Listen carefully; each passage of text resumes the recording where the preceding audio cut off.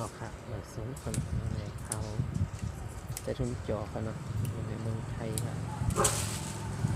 ก็ทางร้านในมาลงยูทูบกันเนาะในช่องของเขาจะทุ่มจอกันเนาะเป็นภาษาอังกฤษ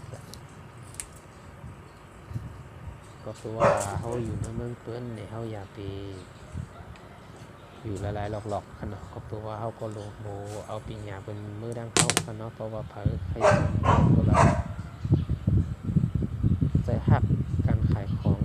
ติดเพราะว่าใครหาป้ายบางมีกันเนาะอยู่ในเมืองไทยซึ่งนี่ก็สนใจคล้ายๆก๋วยเตี๋ยวค่ะเนาะก๋วยเตี๋ยว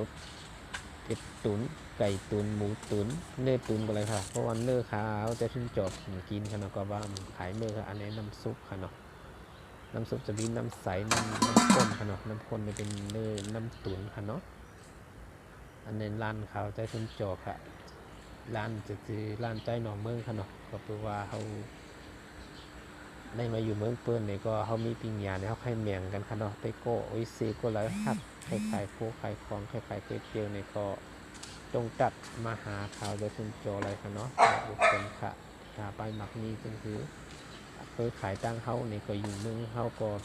ขายเลยค่ะเนาะเจอในค่ะเนาะก๋วยเตี๋ยวเมืองไทยขนาดในค่ะเนาะมาสูงค่ะราคาหมูขนาดค่ะเนาะ